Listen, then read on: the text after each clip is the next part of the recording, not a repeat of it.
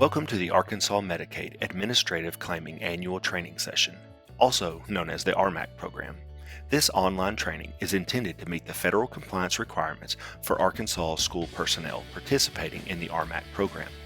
Participants' understanding of the administration of ARMAC is important, as the program brings approximately $30 million to Arkansas schools annually. Medicaid Administrative Claiming provides school districts with reimbursement for their time spent functioning as an administrative arm for the state Medicaid agency. In this role, schools provide students and their families with a number of Medicaid-related forms of assistance, such as assisting them with the application process, obtaining Medicaid services, and providing information on how the Medicaid program works. Arkansas uses the Random Moment Time Study system to capture time spent by the school personnel who conduct these types of activities. The Random Moment Time system is comprised of a software database online, which stores salary information and generates random moments that the Division of Elementary and Secondary Education use to file quarterly claims with the state Medicaid office on behalf of school districts. The Arkansas federally approved state plan for the Medicaid Administrative Claiming Program states, "The revenue generated by the ARMAC program is dedicated to the provision of health services and may be used to facilitate, improve, and/or expand the level and quality of health and medical services provided to all students within the district. These funds are used in a wide variety of ways to support public health staff and individual students. For example, funds have been used to register school nurses for medical-related conferences and trainings. Students with high individual needs may have certain copays covered for doctor's visits. More widely, the funds may be used for health outreach programs, such as providing a salad bar for the school cafeteria.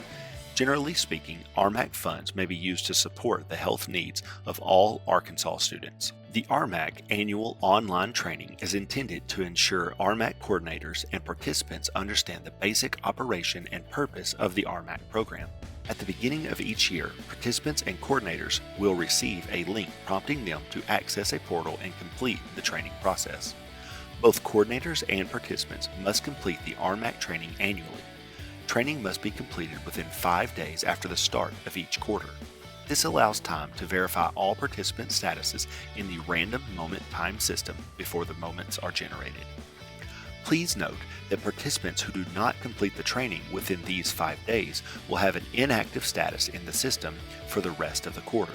As a result, that participant will not be included in the cost pool and they will be ineligible to receive random moments. This will result in a decreased claim for the district that quarter. All Arkansas public schools and education service cooperatives are eligible to participate in the ARMAC program. This includes districts that do not bill for direct services provided for students during the school day, such as school-based therapy or personal care services. Districts must meet the following guidelines in order to participate and continue to be compliant with the ARMAC program. First, districts must sign a 5-year interagency agreement with the Arkansas Department of Human Services and the Division of Elementary and Secondary Education. Second, the district superintendent will need to designate a district-level coordinator who is employed by the district. Third, the district bookkeeper will designate the participants who will be included in the ARMAC participant pool, which will be used to determine random moments and the claim amount. Fourth, all ARMAC coordinators and participants will need to complete the ARMAC annual training. Fifth and finally, participants will need to respond to random moments that are generated by the system in a timely manner. Once the 5-year interagency agreement has been signed, an ARMAC coordinator will be designated. This is a key position in the ARMAC program, and as such, they will have a number of responsibilities related to remaining compliant with the ARMAC program. One of the coordinator's responsibilities is ensuring that the district's ARMAC participant pool is designated in e-finance 1 week before the beginning date of the first quarter. The Division of Elementary and Secondary Education converts the participant pool into a roster, which is uploaded into the ARMAC system. A fresh participant pool roster is input at the start of every school year. The district-level coordinator also ensures that all participants on the roster complete the annual training and have an active status in the Random Moment Time system. This all happens at the beginning of the school year, so this is a peak time for the coordinator to be following up with participants who have not yet completed their training. This holds true at the beginning of each subsequent quarter as well. Any changes and updates for quarters 2, 3, and 4 must be made by adjustment form within 5 days before the quarter begins. These updates include any additions, deletions, email changes, state paid salary changes, or state paid benefit changes that occur during the school year. The coordinator also ensures that the participants respond to any random moments received within 5 days of receiving an email. If a moment does not get a response, it may negatively impact the statewide claim. If this response is irrelevant to Medicaid, it will not count towards the district's claim. Coordinators can monitor participants' activity through an online dashboard and can follow up on active random moments to ensure timely participation. The dashboard is also used to pull reports such as the current district roster. Overseeing the quarterly ARMAC claim certification is another important responsibility that ARMAC coordinators hold. The Division of Elementary and Secondary Education will send an email to each superintendent, business manager, and district coordinator with the district's claim certification. The district coordinator will ensure that the claim is reviewed, signed, and returned promptly. Throughout this process, the coordinator retains all records and documentation that is relevant to the ARMAC program. Here's a brief look at what types of records should be kept. Please keep in mind that this isn't an all-inclusive list. However, it should give the coordinator a good idea of what to keep in case of an audit. This is a federally funded and supported program, so we want to make sure districts are aware that record retention is an important component to this program, just like any other state or federal program. As you can see, some of the records that should be kept are proof of coordinator and participant annual training, signed copies of quarterly ARMAC certification forms, district quarterly participant rosters, participant adjustment form records, and any pertinent records that support participant responses to random moments. All of these records should be kept on hand for at least 7 years in case of an audit. Now let's talk about how to designate the ARMAC participant pool for the district. The participants selected to participate in the ARMAC program should be chosen based on whether their daily activities include providing administrative oversight over student health needs. Participants also must be employed by the district and be paid either in part or in whole by one or more state funding sources. There are a number of state funding sources, including High Cost and the National School Lunch Act, so anyone who is paid in part by these can be included as ARMAC participants. Remember, too, that free-for-service employees and contractors are also allowed to be participants, so long as they meet the above guidelines and they are able to be designated in the e-finance system. Each participant who is included in the ARMAC participant pool has responsibilities as well. If you're moving through this training because your ARMAC coordinator has asked you to take part, please note these 3 primary responsibilities. First, save the ARMAC email address as a contact. Otherwise, random moments you receive may end up in your spam folder. Second, please complete the ARMAC training. Lastly, if you receive a random moment, please respond using the guidelines in this training and in a timely manner. Once a district has designated an ARMAC coordinator and eligible participants are chosen to be added to the participant pool, school districts must designate staff as one of 2 job classifications in e-finance. MAC C is the ARMAC coordinator for the district, while MAC P stands for participants of the program. Please keep in mind that unless coordinators are designated as both MAC C and MAC P in e-finance, they will not be able to receive random moments as a participant. These designations in e-finance must be done within 1 week before the start of Quarter 1 Random Moment Time Study and 5 business days before the start of each quarter. If this step isn't done promptly, the coordinator may not have time to follow up with the designated participants and ensure all participants have completed the training. This screen shows the steps to follow in e-finance system to designate ARMAC staff for the district. Please share this slide with the district's e-finance coordinator. Feel free to pause here if you need to take a moment and look more closely. Now let's take a look at the Random Moment Time Study system I keep mentioning. The Random Moment Time Study system is a means of determining what portion of time ARMAC participants spend performing specific tasks. Each quarter, 3,500 names are randomly selected from the ARMAC system, and each one is assigned a specific minute of time on a certain date. The Because it is a random system, a single participant may be selected more than once, sometimes even on the same day, while others may not be selected at all. Those who are selected will receive an email with a specific timestamp asking for what they were doing in the moment.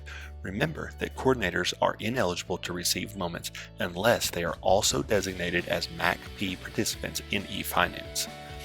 All the responses from the moments collected in a quarter are classified into one of three reimbursement categories. The non-discounted category, which gets the full reimbursement amount from the ARMAC program. These non-discounted activities are ones that directly relate to Medicaid but are not a billable service.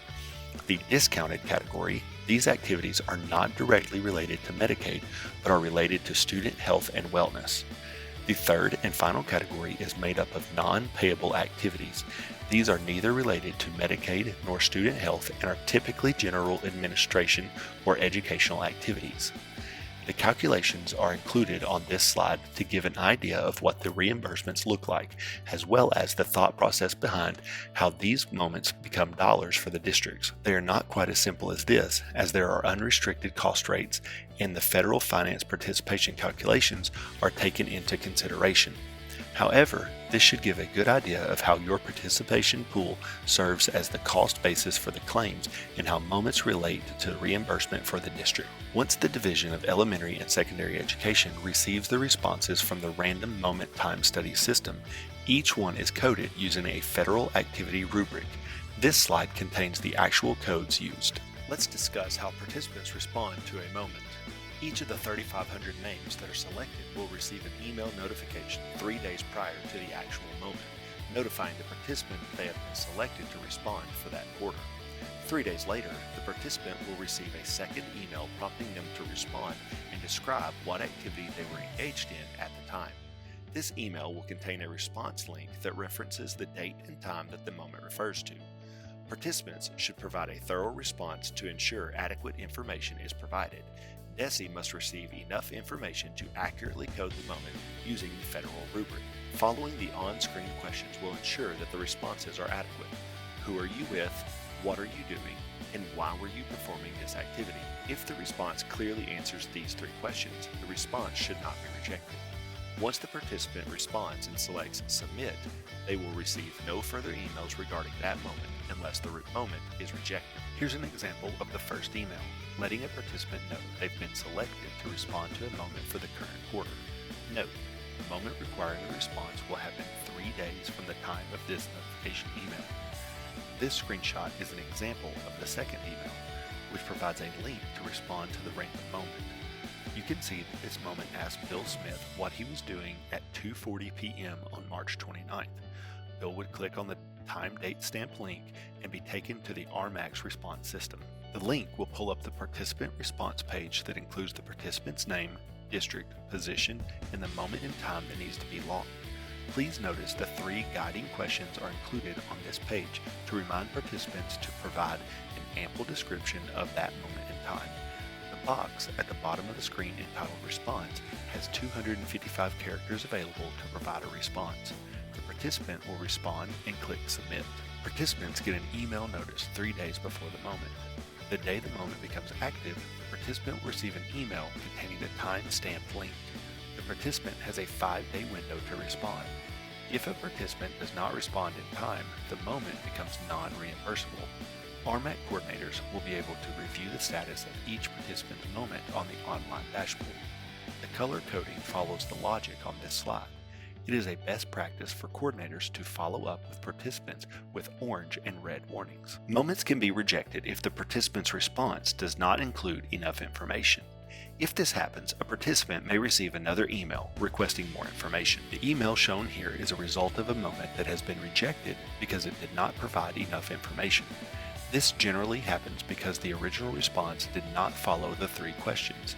If a rejected moment email is received, click on the time date stamp link and provide a more detailed account so the moment can be coded properly. This is a snapshot of the coordinator's dashboard, which coordinators can access once they become active. Coordinators can view the district's participant roster, reports, as well as any active moments they need to follow up on. Take a look at Bill Smith's moment on the screen. You can see the day of the moment, in this case March 29th, 2020, by looking at the status column. You can see Mr. Smith has responded to his moment and it has been accepted by DESE. If the moment was rejected or he had not responded, ARMAC coordinators could see this here as well. Participant adjustment forms can be obtained in the Participants tab. This can be seen at the green button at the top left of this page. After the initial first quarter participant upload, coordinators will send participant adjustment forms to the DESE via email. For example, some participants may leave the district or have the state portion of their salaries change. When sending a participant adjustment form, it is a good idea to give one to the district e-finance coordinator as well. This will ensure the MAC-P is updated in e-finance. A rule of thumb for participant adjustment forms is that they should be filed when a participant's job title, email, or name changes, the state paid cost percentage changes, when a participant is added to the district roster, or when the participant leaves the district or is removed from the district's roster. New participants may be identified at any time during the school year, except during the fourth quarter. However, the added participants' costs and active status in ARMAC will not take effect until the following quarter, if the participant has completed the test successfully. Let's go over some example scenarios for participants. Keep in mind the 3 questions at the bottom left side of the screen as we go through these. This first moment answers the first question, what the counselor was doing. It does not answer who the counselor was with or why he or she was performing the activity. However, it is clear that this is an activity related to the health and wellness of students. It is not directly related to Medicaid, so it would be a discounted activity. The second moment does not answer all 3 questions as well, but it also clearly related to health, yet not related to Medicaid. These will both be discounted moments, thus partially reimbursable. On this screen, you can see that the paraprofessional does not answer who she was with and what she was doing. However, this activity is a Medicaid billable service, so the district is already being reimbursed for this time. As a result, this moment is non-payable and will not count towards the district's reimbursement.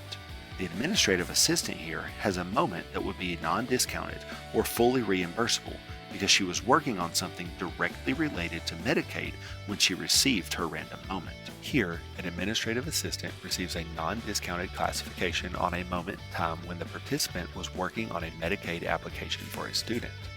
Next is a special education teacher whose response to the moment was too vague. There is no way to know whether this was a health-related training or a general education training. As a result, the moment would be rejected, and the participant would receive an email asking for clarification. This principal has the same problem, because the response is unclear whether the classroom modifications are related to health in any way. The guidance counselor was engaged in non-health related activities. As a result, the random moment is non-reimbursable. This is why it's important to keep in mind the kinds of activities a participant is engaged in on a daily basis, because some positions are more likely to be engaged in reimbursable activities than others. These 2 moments are reimbursable at a discounted rate because they are related to healthcare. Hopefully, these examples provide clarification on how to answer random moments, as well as reinforce why coordinators need to think about who is included in their ARMAC pool. Here you can see the professions that provided the largest number of payable moments in a particular quarter. The higher percentage of Medicaid-related staff that are included in the pool, the higher the chance that one of the 3,500 moments will go to them and be reimbursable. As we reach the end of this process, note that districts are responsible for verifying their claimable cost pool at the close of each quarter via the quarterly claim certification. At the close of each quarter, superintendents, business managers, and district coordinators will receive an email from the ARMAC team with the quarterly certification attached. The coordinator must obtain a financial officer's original signature and return the form to DESE. An example quarterly claim certification can be seen on this page. Congratulations! You have made it to the end of your ARMAC training and are ready to take the test. Please use the link provided in your email from ade.armac@ade.arkansas.gov. If you have any questions about the ARMAC program, please don't hesitate to contact the DESE School Health Office. Thank you.